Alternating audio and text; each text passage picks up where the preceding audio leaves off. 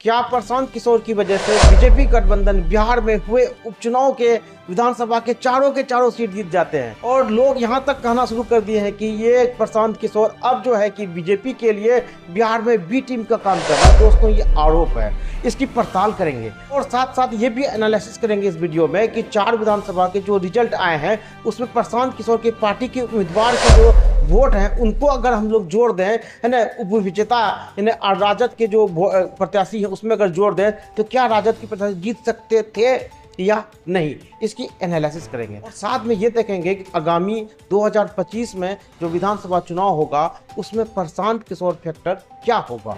बिहार के 4 विधानसभा उपचुनाव के रिजल्ट आ चुके हैं।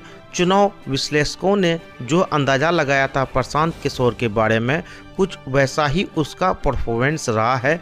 4 विधानसभाओं में से 3 में तीसरा स्थान मिला है, जबकि 1 में चौथा स्थान मिला है। अधिकतम वोट लगभग 37,000 के आसपास और न्यूनतम वोट है ना 5500 के आसपास मिला है। क्या प्रशांत किशोर की वजह से ही बीजेपी गठबंधन चारों सीटों को जीतने में सक्सेस हुई है? आइए इसकी एनालिसिस करके आपको दिखाते हैं।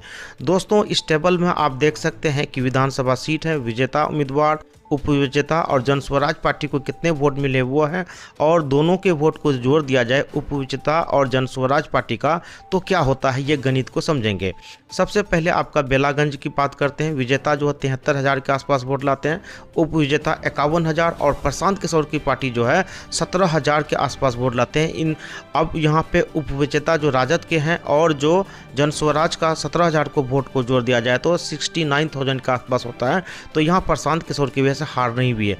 इमामगंज की अगर हम बात कर लें तो 53,000 जीतने वाले को आया है और हारने वाले को 47,000 है ना, और प्रशांत किशोर की पार्टी को 37,000, सबसे अधिक वोट यहीं पे लाया उन्होंने।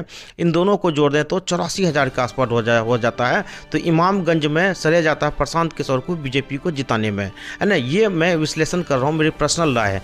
रामगढ़ का अगर बात करें 62,000 जीतने वाले को और हारने वाले को मात्र 60,000 ना 2,000 का कम है, लेकिन प्रशांत किशोर की पार्टी यहाँ पर 6500 वोट लाती। अगर जोड़ दिया जाए तो दोनों को, है ना, हारने वाले और प्रशांत किशोर की वोट को तो 67,000 हो जाता है। तो यहाँ पर भी जो है कि हार जो हुई है प्रशांत किशोर की पार्टी की वजह से हुई है। तिरारी की अगर हम लोग बात करें, है ना, तिरारी में अगर देखें 78,000 वोट जीतने वाले का आया है और हारने वाले को 68,000, और प्रशांत किशोर की जो पार्टी का आया है 5500 वोट, जोड़ दिया जाए तो 73,000। तो यहाँ पर कुल मिलाकर के तिरारी में जो है प्रशांत किशोर की वजह से राजद की हार नहीं हुई है।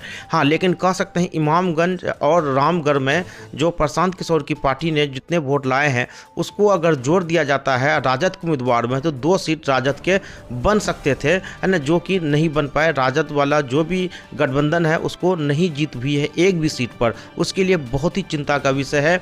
लेकिन अब ये बात पॉलिटिक्स में तय हो गई है कि बिहार में हर विधानसभा का जो तीसरा पोजीशन है या चौथा पोजीशन है वो प्रशांत किशोर की पार्टी को होने वाला है। दोस्तों, आपकी क्या राय है? क्या प्रशांत किशोर की वजह से ही बीजेपी गठबंधन चारों के चारों सीट जीतने में, है ना, सक्सेस हुए हैं? और आगे क्या विधानसभा में ऐसा ही रहेगा? आप अपने कमेंट में जरूर बताएं। कुछ लोग यहाँ तक कहते हैं कि प्रशांत किशोर जो है बीजेपी का बी टीम है या बी पार्टी है ना। क्या आप इस पर राय रखते हैं? आप कमेंट में ज़रूर लिखिए, है ना। जीत और हार तो होते रहेगी, लेकिन आप अपने राजनीति का परिचय देते रहें। दोस्तों, ये तय हो चुका है कि प्रशांत किशोर का रोल अब बिहार की राजनीति में इस्टेब्लिश हो चुका है। अब कोई भी विधानसभा चुनाव होगा वहां पर उसकी उम्मीदवार का गारंटी पोजीशन 4th और 3rd है। अगर उम्मीदवार ने अच्छा मेहनत किया तो वो फर्स्ट भी हो सकते हैं और जीत भी सकते हैं।